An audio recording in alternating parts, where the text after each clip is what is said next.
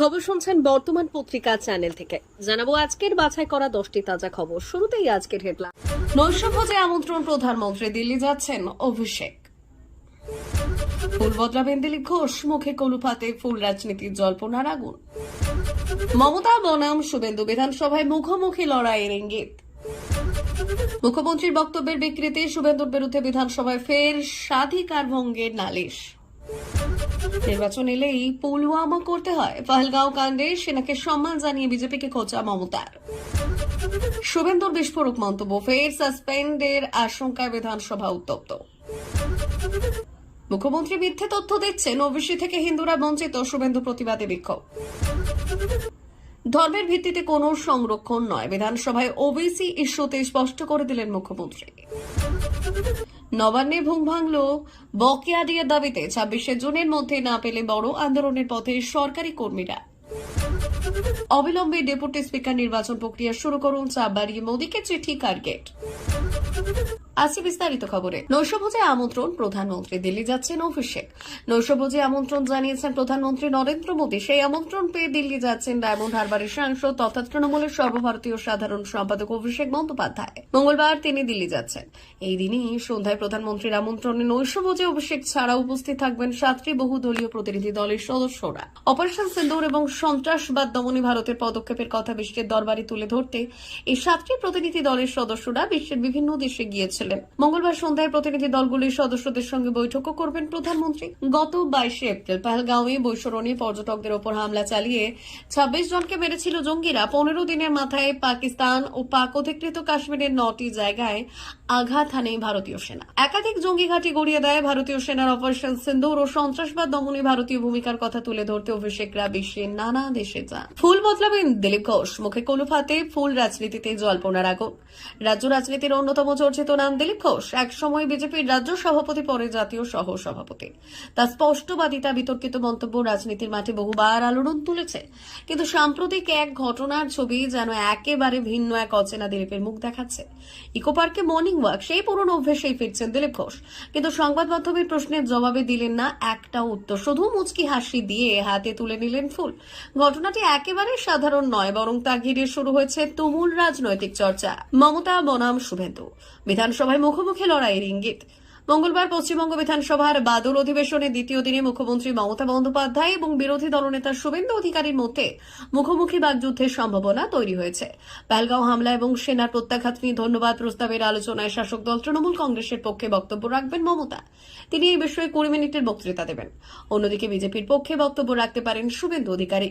এছাড়াও তৃণমূলের ব্রাত্য বসু, চন্দ্রিমা ভট্টাচার্য, বীরবাহা হাঁসদা, মোশাররফ হোসেন এবং মধুপর্ণা ঠাকুর এই আলোচনায় অংশ নেবেন। এই মুখোমুখি আলোচনা রাজ্যের রাজনৈতিক মহলে উত্তেজনা সৃষ্টি করেছে। এই অধিবেশনের আলোচনা শুধু পহেলগাঁও ঘটনার মধ্যে সীমাবদ্ধ নয়, বরং এটি শাসক দল এবং বিরোধী দলের মধ্যে রাজনৈতিক শক্তি প্রদর্শনের মঞ্চ হয়ে উঠতে পারে। মমতা ও শুভেন্দুর বক্তব্যে কিভাবে তারা একে অপরের বিরুদ্ধে অবস্থান নেন তা নিয়ে সবার নজর রয়েছে। শুভেন্দুর পূর্ববর্তী বক্তব্য এবং তার সাসপেনশনের আশঙ্কা এই আলোচনাকে আরও উত্তপ্ত করতে পারে। মুখ্যমন্ত্রীর বক্তব্যের বিকৃতি, শুভেন্দুর বিরুদ্ধে বিধানসভায় ফের স্বাধিকার ভঙ্গের নালিশ। মুখ্যমন্ত্রীর বক্তব্যের বিকৃতি, শুভেন্দুর বিরুদ্ধে বিধানসভায় ফের স্বাধিকার ভঙ্গের নালিশ। এই নিয়ে মোট 8 বার বিরোধী দলনেতার বিরুদ্ধে স্বাধিকার ভঙ্গের অভিযোগ দিল বিধানসভায়। ফের স্বাধিকার ভঙ্গের অভিযোগ জমা পড়ল বিরোধী দলনেতা শুভেন্দু অধিকারীর বিরুদ্ধে। এই নিয়ে মোট 8 বার বিরোধী দলনেতার বিরুদ্ধে স্বাধিকার ভঙ্গের অভিযোগ এল বিধানসভায়। সেনাবাহিনীকে ধন্যবাদ জানাতে এদিন বিধানসভা আলোচনা প্রস্তাব এনেছিল শাসক দল তৃণমূল। আলোচনায় অংশ নেন মুখ্যমন্ত্রী, বিরোধী দলনেতা সহ শাসক বিরোধী উভয় পক্ষের একাধিক বিধায়ক। স্পিকার বিমান বন্দ্যোপাধ্যায় বললেন, বিধানসভার ভেতরে মুখ্যমন্ত্রী এমন কোনো কথা বলেননি যা পাকিস্তানের সপক্ষে বিবৃতি দিয়েছেন বলে প্রমাণিত হয়। অথচ বিরোধী দলনেতা এই নিয়ে বিধানসভার বাইরে সাংবাদিক বৈঠকে মিথ্যাচার করেছেন। আর এই ব্যাপারে শুভেন্দু অধিকারীর বিরুদ্ধে স্বাধিকার ভঙ্গের অভিযোগ জমা পড়েছে। এই ব্যাপারে কমিটি আগামীকাল প্রয়োজনীয় ব্যবস্থা নেবে। নির্বাচন এলেই পুলওয়ামা করতে হয়, পহেলগাঁও কাণ্ডে সেনাকে সম্মান জানিয়ে বিজেপিকে খোঁচা মমতার। পহেলগাঁও জঙ্গি হামলায় 26 নিরীহ মানুষের প্রাণহানি। তার পরবর্তী সময় পাক মদতপুষ্ট জঙ্গিদের ডেরা ভেঙে পাকিস্তানকে শিক্ষা দিতে ভারতীয় সেনার প্রত্যাঘাত। তাতে পাকিস্তান এবং পাক অধিকৃত কাশ্মীরের বেশ কয়েকটি জঙ্গি ঘাঁটি গুড়িয়ে গিয়েছে। এই ঘটনায় ভারতীয় সেনাবাহিনীর পরাক্রমকে শ্রদ্ধা জানাতে রাজ্য বিধানসভার মঙ্গলবার বিশেষ প্রস্তাব পেশ করা হয়েছে। সেখানে বক্তব্য রাখতে গিয়ে পুলওয়ামা হামলার প্রসঙ্গ তুলে বিজেপিকে বিঁধলেন মুখ্যমন্ত্রী মমতা বন্দ্যোপাধ্যায়। তার খোঁচা নির্বাচন আসলেই একটা পুলওয়ামা করতে হবে, এটা যেন না হয়। 2019 সালে ফেব্রুয়ারি মাসে জম্মু কাশ্মীরের পুলওয়ামা সেনার কনভয়ে জঙ্গি হামলায় শহীদ হন 40 জন। কিভাবে এমন হামলা ঘটলো প্রশ্নের উত্তর খুঁজতে গিয়ে কেন্দ্রের বিরুদ্ধে গাফিলতির অভিযোগ তুলেছেন কেউ কেউ। তার মধ্যে অন্যতম জম্মু কাশ্মীরের তৎকালীন রাজ্যপাল সত্যপাল মালিক। ঘটনা 4 বছর পর এক সাক্ষাৎকারে মোদী সরকারের বিরুদ্ধে তার বিস্ফোরক অভিযোগ ছিল, পুলওয়ামা সেই ঘটনার জন্য পদে পদে সরকারের ব্যর্থতায়, দায়িত্বজ্ঞানহীনতা এবং অপরিপক্কতা দায়ী। মঙ্গলবার বিধানসভায় তার সেই বক্তব্য তুলে ধরে কেন্দ্রকে নিশানা করলেন মুখ্যমন্ত্রী। প্রশ্ন তোলেন, পহেলগাঁওয়ে পর্যটকদের নিরাপত্তা ছিল না কেন? তার কথায়, সেনাদের সম্মান জানিয়ে, জন্মভূমিকে শ্রদ্ধা জানিয়েও বলবো, কেন্দ্র সরকারের আরো স্ট্রং হওয়া উচিত ছিল। মুখ্যমন্ত্রীর কথায়, বাংলার একমাত্র নির্বাচিত সরকার যেখানে সন্ত্রাসের বিরুদ্ধে প্রস্তাব আনা হচ্ছে। শুভেন্দুর বিস্ফোরক মন্তব্য ফের সাসপেন্ডেডের আশঙ্কা বিধানসভায় উত্তপ্ত। পশ্চিমবঙ্গে বিধানসভা অধিবেশন শুরু হতে বিরোধী দলনেতা শুভেন্দু অধিকারী ফের সাসপেনশনের আশঙ্কা প্রকাশ করেছেন। তিনি অপারেশন সিন্দুরের জন্য বিধানসভায় সেনাকে কর্নিশ জানিয়ে বক্তব্য রাখার কথা, কিন্তু তার আগেই সাংবাদিকদের সামনে শাসক দলের বিরুদ্ধে কটাক্ষ করে তিনি বললেন, যদি আমাকে আবার সাসপেন্ড না করে তাহলে আমি হাউসে এই বিষয়ে কথা বলবো। আমাকে 18 মিনিট সময় দেওয়া হয়েছে। গত অধিবেশনে শুভেন্দু অধিকারীর সময় সাসপেন্ড ছিলেন, যা তাকে এবারের আশঙ্কায় কারণ হিসেবে দেখছেন। তার এই মন্তব্য বিধানসভার পরিবেশকে ইতিমধ্যে উত্তপ্ত করে তুলেছে এবং রাজনৈতিক মহলে ব্যাপক আলোচনার জন্ম দিয়েছে। শুভেন্দুর এই বক্তব্য শাসক দল তৃণমূল কংগ্রেসের সঙ্গে তার চলমান সংঘাতের একটি অংশ বলে মনে করা হচ্ছে। তিনি বিধানসভায় তার বক্তব্যে কি বলতে চলেছেন তা নিয়ে কৌতূহল তৈরি হয়েছে। তবে তার সাসপেনশন আশঙ্কা সত্যি হলে বিধানসভায় কার্যক্রমে নতুন বিতর্কের সূচনা হতে পারে। শুভেন্দুর মন্তব্যে শাসক দলের প্রতিক্রিয়া এখনো প্রকাশ্যে আসেনি, তবে এটি অধিবেশনের গতি প্রকৃতি কিভাবে এগোবে তা নিয়ে জনমনে উৎকণ্ঠা রয়েছে। এই পরিস্থিতিতে সবার নজর থাকবে বিধানসভার পরবর্তী ঘটনা প্রবাহের দিকে। মুখ্যমন্ত্রী মিথ্যে তথ্য দিচ্ছেন, ওবিসি থেকে হিন্দুরা বঞ্চিত, শুভেন্দু প্রতিবাদে বিক্ষোভ। ওবিসি শংসাপত্র ইস্যুতে আইনি পথে সরকারকে মোকাবিলা করার হুঁশিয়ারি দেন শুভেন্দু। ওবিসি শংসাপত্র দেওয়া নিয়ে বিধানসভায় মিথ্যে তথ্য দিচ্ছেন মুখ্যমন্ত্রী মমতা বন্দ্যোপাধ্যায়। এই অভিযোগে সোমবার দুপুরে বিধানসভায় কক্ষ ত্যাগ করলেন বিরোধী দলনেতা শুভেন্দু অধিকারী সহ বিজেপি বিধায়করা। শুভেন্দুর অভিযোগ, হাইকোর্ট সুপ্রিম কোর্টে ওবিসি শংসাপত্রের মামলা পেন্ডিং থাকা অবস্থার আগে থেকে নোটিশ না দিয়ে, বিরোধীদের 2 মিনিট বলার সুযোগ না দিয়ে বিধানসভায় একতরফা বলে চোরের মতো পালিয়ে গেলেন মুখ্যমন্ত্রী। এই সরকার মুসলমানের সরকার, মুসলিম লীগের সরকার। শুভেন্দুর অভিযোগ, বেছে বেছে হিন্দুদের একাধিক জাতিকে ওবিসির তালিকা থেকে বাদ দেওয়া হয়েছে। আগামী 15 জুলাই সুপ্রিম কোর্টে রয়েছে ওবিসি মামলা। ওই দিন এই ব্যাপারে বিজেপি আদালতে মুভ করবেন বলেও জানান শুভেন্দু। বিরোধী দলনেতা বললেন, হিন্দু ওবিসিদের অধিকার রক্ষা করব, আইনি লড়াই হবে। সোমবার থেকে শুরু হয়েছে বিধানসভা অধিবেশন। এদিন বিধানসভায় বক্তৃতা দিতে উঠে মুখ্যমন্ত্রী মমতা বন্দ্যোপাধ্যায় ওবিসি শংসাপত্রের প্রসঙ্গটি তোলেন। তিনি বললেন, ওবিসি শংসাপত্রের ক্ষেত্রে ধর্মের কোনো সম্পর্ক নেই। আর্থিক অনগ্রসরতার ভিত্তিতেই আদালতের নির্দেশ মেনে রাজ্য সমীক্ষা করেছে। ওবিসি এই ব্যাপারে 49টি এবং ওবিসি বি বিভাগে 91টি শ্রেণী রয়েছে।